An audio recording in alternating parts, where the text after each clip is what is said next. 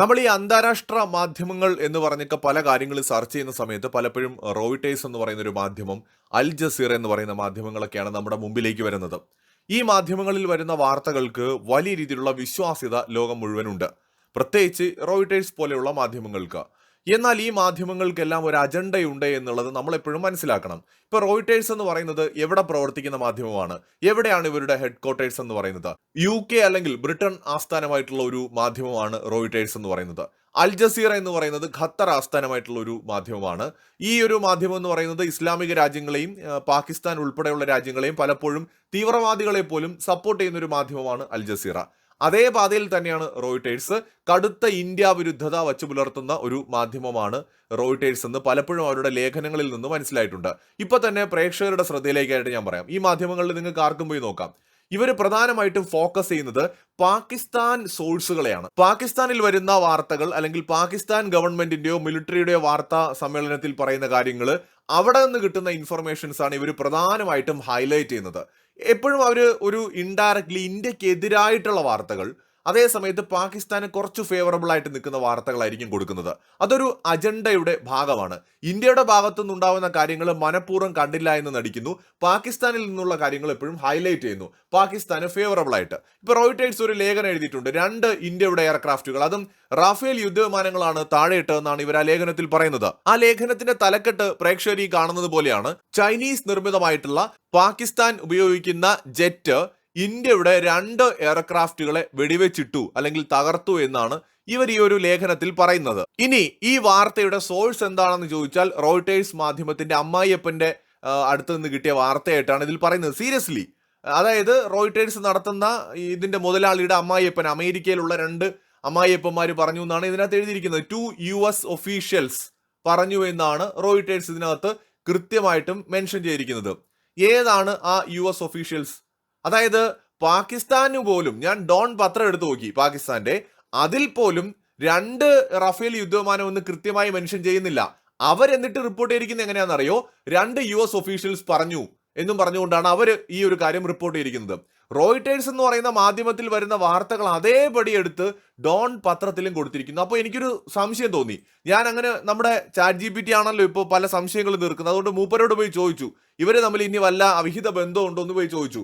അപ്പൊ നമുക്ക് മനസ്സിലാക്കാൻ കഴിയുന്നത്, ഈ മാധ്യമങ്ങൾക്കിടയിലുള്ള ചില അണ്ടർസ്റ്റാൻഡിംഗ് ഉണ്ടല്ലോ, ലൈസൻസിങ് എഗ്രിമെന്റുകൾ, അപ്രകാരം ഒരു എഗ്രിമെന്റിലാണ് ഇവർ പ്രവർത്തിക്കുന്നത്. എന്ന് വെച്ചാൽ ഡോൺ ന്യൂസ് എന്ന് പറയുന്നത് റോയിട്ടേഴ്സിന്റെ റിപ്പോർട്ടുകളെ ലൈസൻസ് എഗ്രിമെന്റ് വെച്ചിട്ട് ഉപയോഗിക്കും, ഇന്റർനാഷണൽ കവറേജുകൾ.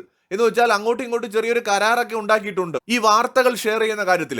അപ്പൊ ഇത് ഒരു നോർമൽ തിങ് ആയിട്ടാണ് നമ്മളെ ChatGPT പറഞ്ഞതെങ്കിലും സംഗതി നമുക്ക് ഊഹിക്കാം, ഒരു അവിശുദ്ധ കൂട്ടുകെട്ട് വാർത്തകൾ കൈകാര്യം ചെയ്യുന്ന കാര്യത്തിൽ ഈ മാധ്യമങ്ങൾ തമ്മിലുണ്ട്. അതുകൊണ്ടാണ് റോയിട്ടേഴ്സിന്റെ മാധ്യമ വാർത്തകൾ അതേപടി എടുത്ത് ഇങ്ങോട്ട് വെച്ചിരിക്കുന്നത്. ഇവരും എന്ത് ചെയ്യാണ്, ഈ ഡോൺ പോലെയുള്ള പാകിസ്ഥാൻ പത്രങ്ങളെയാണ് റെഫറൻസ് ആയിട്ട് എടുക്കുന്നത്. ഈ പാകിസ്ഥാന്റെ ഡിഫൻസ് മിനിസ്റ്റർ പറഞ്ഞ ഏതാണ്ട് 3 പതിറ്റാണ്ടോളം നീണ്ടു നിൽക്കുന്ന ഒരു അവിശുദ്ധ ബന്ധം ഉണ്ടായിരുന്നല്ലോ ബ്രിട്ടനും അമേരിക്കയും പാകിസ്ഥാനും തമ്മിൽ. ആ ബന്ധത്തിന്റെ സന്തതികളായിരിക്കാം ഒരുപക്ഷെ ഈ പറയുന്ന റോയിട്ടേഴ്സ് പോലെയുള്ള മാധ്യമങ്ങൾ. അതുകൊണ്ടാണ് അതിനകത്തൊരു പാകിസ്ഥാനോടുള്ള ഒരു ചായ്വ് നമുക്ക് കാണാൻ കഴിയുന്നത്. കുറച്ചും കൂടി വിശദമായിട്ട് നമ്മൾ ഈ ഒരു ലേഖനം ആരാണ് എഴുതിയത് എന്ന് നോക്കുമ്പോഴാണ് ശരിക്കും ഷോക്കായി പോകുന്നത്. ഞാനിത് മറ്റൊരു വീഡിയോയിലാണ് ഇത് സത്യത്തിൽ കാണുന്നത്. ഈ ഒരു ലേഖനം പലതവണ ഞാൻ ഇന്ന് അടക്കം എടുത്ത് നോക്കിയിരുന്നുവെങ്കിലും ഇത് എഴുതിയ ആളിനെ ശരിക്കും പറഞ്ഞാൽ വേറൊരു വീഡിയോയിൽ ഒരു പ്രധാനപ്പെട്ട ഒരു ക്രിയേറ്റർ ഇത് മെൻഷൻ ചെയ്യുമ്പോഴാണ് ഞാനും ഇത് കാണുന്നത്. ഇദ്രീസ് അലി എന്നോ അങ്ങനെ എങ്ങാണ്ടാണ് കേട്ടോ അയാളെ പേര് പ്രൊനൗൺസ് ചെയ്യുന്നത്, തെറ്റാണെങ്കിൽ ക്ഷമിക്കുക. അപ്പൊ ഈ പറയുന്ന അലി, ഇദ്ദേഹമാണ് ഇത് എഴുതിയിരിക്കുന്നത്. ഇദ്ദേഹം, ഈ പേരിലല്ല പ്രശ്നം, ഇദ്ദേഹം ആരാണ് എന്നുള്ളതാണ് പ്രശ്നം. ഇദ്ദേഹം ശരിക്കും പറഞ്ഞാൽ ഫ്രം കറാച്ചി, പാകിസ്ഥാൻ, അതായത് ഒരു പാകിസ്ഥാൻകാരനാണ്. കറാച്ചിയിൽ നിന്നാണ് ഇദ്ദേഹം വന്നിട്ടുള്ളത്. അപ്പോൾ കറാച്ചിക്കാരനായിട്ടുള്ള ഇദ്ദേഹം എഴുതിയിരിക്കുന്ന ലേഖനമാണ് നമ്മൾ ആ കണ്ടത്. 2 യുദ്ധവിമാനങ്ങൾ, റഫേൽ യുദ്ധവിമാനങ്ങൾ വെടിവെച്ചിട്ടു എന്ന് പറയുന്ന ആ ഒരു ലേഖനം. അപ്പൊ ഞാൻ നേരത്തെ പറഞ്ഞ പോലെ ഡോൺ പത്രവുമായിട്ടുള്ള ബന്ധം കൂടെ നമുക്കിവിടെ കണക്ട് ചെയ്യണം. ചുരുക്കി പറഞ്ഞാൽ മാമനും മരുമോനും കൂടെ ഉള്ള പരിപാടിയാണ്. ഏത്? ഇന്ത്യയുടെ ഭാഗത്തുള്ള വാർത്തകൾ മുക്കിക്കൊണ്ട് പാകിസ്ഥാൻ എന്തോ വലിയ സംഭവം ചെയ്തു എന്ന് വരുത്തി തീർക്കുന്ന ഒരു പരിപാടിയാണ്. മറ്റൊരു കാര്യം കൂടി ഇവിടെയുണ്ട്, ഇതിന്റെ പുറകിൽ വേറൊരു അജണ്ട കൂടി വർക്ക് ചെയ്തിട്ടുണ്ട്. അതുകൊണ്ടാണ് റോയിട്ടേഴ്സിൽ ഇത് വാർത്തയായിട്ട് വന്നത്. കാരണം ഈ ഫ്രഞ്ച് നിർമ്മിത റഫേൽ യുദ്ധവിമാനങ്ങൾ ഇപ്പൊ അമേരിക്കയ്ക്കും ബ്രിട്ടനും ഒക്കെ തലവേദനയായിരിക്കുകയാണ്. കാരണം അവരുടെ കച്ചവടം പല രീതിയിൽ പൂട്ടിയിരിക്കുകയാണ്. ഇന്ത്യ ഈ റഫേൽ യുദ്ധവിമാനം വാങ്ങിയതോടെ ഒരുപാട് കസ്റ്റമേഴ്സ് ഇത് വാങ്ങുന്നതിനായിട്ട് ഫ്രാൻസിനെ സമീപിച്ചിട്ടുണ്ട്. ഇത് കൊള്ളാവുന്ന ഒരു സാധനമാണെന്നൊരു വിലയിരുത്തൽ ഇപ്പോൾ ലോകത്ത് പൊതുവെയുണ്ട്.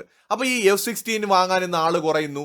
അതുപോലെ അമേരിക്കയുടെ പല യുദ്ധവിമാനങ്ങളും F-35 പോലെയുള്ള യുദ്ധവിമാനങ്ങൾക്ക് പോലും ആള് കുറയുകയാണ്. ഗ്രീസ് അടക്കമുള്ള രാജ്യങ്ങൾക്ക് റഫേൽ യുദ്ധവിമാനത്തോടാണ് താല്പര്യം. അപ്പൊ അതുകൊണ്ട് ഇവരിപ്പോ ഈ ഒരു ലേഖനത്തിൽ ശ്രമിച്ചിരിക്കുന്നത് എന്താണെന്ന് വെച്ചാൽ ചൈനയുടെ J-10 എന്ന് പറയുന്ന എയർക്രാഫ്റ്റ്, അത് ചൈന നിർമ്മിച്ചൊരു എയർക്രാഫ്റ്റ് ആണ്. ഈ എയർക്രാഫ്റ്റ് ആണ് റഫേൽ യുദ്ധവിമാനത്തെ രണ്ടെണ്ണത്തിനെ വെടിവെച്ചിട്ടത് എന്നുകൂടി ഇതിനകത്ത് വരുത്തി തീർക്കുന്നുണ്ട്. എന്ന് വെച്ചാൽ റഫേൽ യുദ്ധവിമാനം വാങ്ങുന്ന രാജ്യങ്ങളെ പിന്തിരിപ്പിക്കുക, അതത്ര സേഫ് അല്ല. ചൈനയുടെ യുദ്ധവിമാനങ്ങൾ വിചാരിച്ചാൽ റഫേൽ യുദ്ധവിമാനങ്ങളെ അടിച്ചിടാൻ പറ്റുമെന്ന് ഒരു ധാരണ ഉണ്ടാക്കാം. അതേസമയത്ത് ചൈനീസ് വിമാനങ്ങളെ തകർക്കാൻ അമേരിക്ക, ബ്രിട്ടീഷ് യുദ്ധവിമാനങ്ങൾക്കേ കഴിയൂ എന്നൊരു നരേറ്റീവ് സൃഷ്ടിക്കുക, അത് ഇതിന്റെ പുറകിൽ ഒരു അജണ്ടയായിട്ടുണ്ട്. ഈ ആയുധ കച്ചവട താല്പര്യങ്ങൾ കൂടി ഇതിന്റെ പുറകിൽ വർക്ക് ചെയ്യുന്നുണ്ട്. ഇതിന് പുറമെയാണ് ഇന്ത്യ വിരുദ്ധത. അപ്പൊ ഇതെല്ലാം കൂടെ കൂടിച്ചേരുമ്പോഴാണ് ഇമാതിരി വ്യാജ വാർത്തകൾ പൊങ്ങി വരുന്നത്, യാതൊരു അടിസ്ഥാനവുമില്ലാത്ത വാർത്തകൾ.